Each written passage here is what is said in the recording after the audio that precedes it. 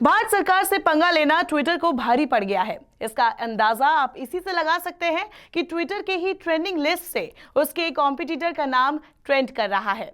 Twitter के competitor app का नाम है कू, जो कि ट्विटर की ही तरह माइक्रो ब्लॉगिंग साइट है, जो कि आजकल सोशल मीडिया पर काफी चर्चाएं बटोर रहा है। तो चलिए आज की इस रिपोर्ट में जानते हैं कि क्या है इस भारतीय ऐप की खासियत, ये ट्विटर से किस तरह अलग है और आखिरकार ट्विटर और भारत सरकार के बीच क्या है विवाद।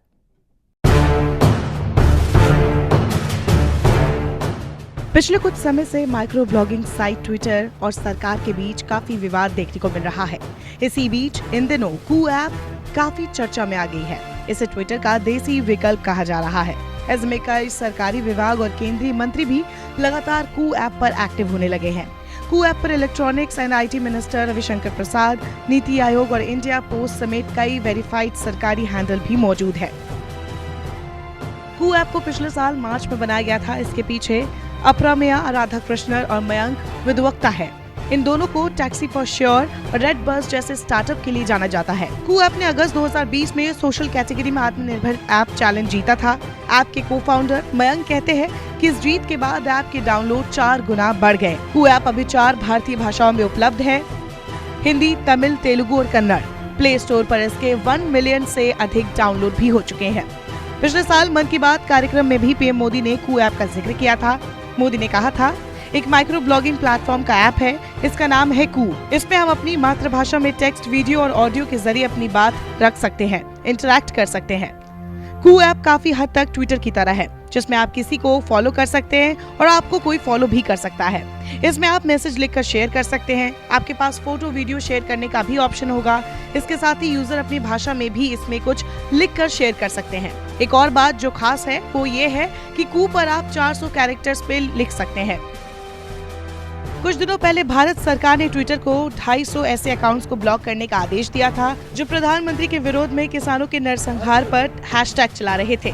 लेकिन ब्लॉक होने के महज 24 घंटे के अंदर इनमें से कई अकाउंट्स एक्टिव हो गए, जिसके बाद ट्विटर पर सूचना प्रौद्योगिकी अधिनियम की धारा 69A के उल्लंघन का आरोप लगा और सरकार ने नोटिस जारी किया।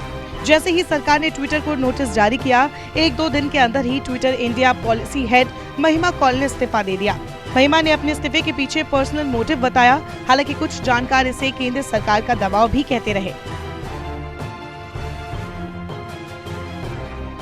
इसके बाद केंद्र सरकार ने ट्विटर पर किसानों के विरोध प्रदर्शनों के बारे में गलत सूचना और भड़काऊ सामग्री फैलाने वाले 1000 से ज्यादा पाकिस्तानी खालिस्तानी अकाउंट को हटाने के लिए कहा।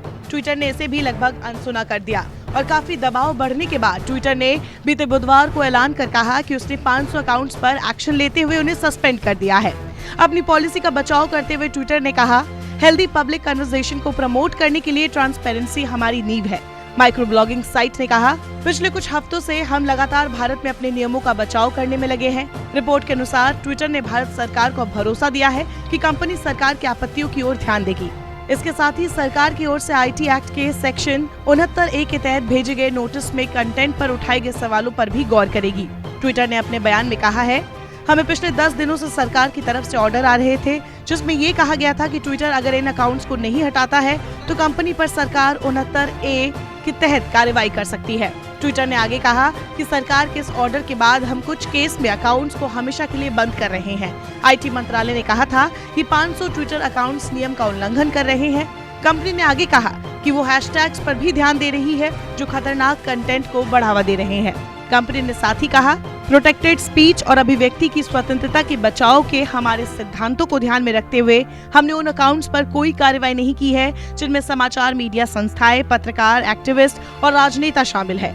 आपको बता दें, ट्विटर का विवाद केंद्र सरकार से कोई नया नहीं है।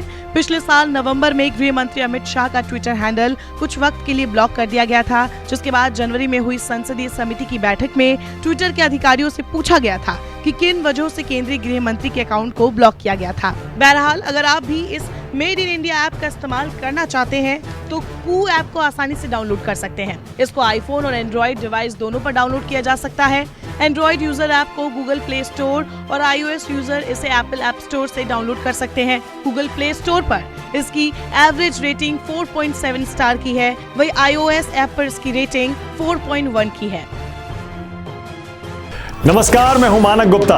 अगर आपको हमारा ये वीडियो पसंद आया हो तो इसे लाइक और शेयर जरूर करें और हाँ, हमें सब्सक्राइब और फॉलो करना ना भूलें ताकि आप देश और दुनिया की कोई खबर मिस ना करें। तो जुड़े रहिए हमारे साथ और देखते रहिए न्यूज़ 24।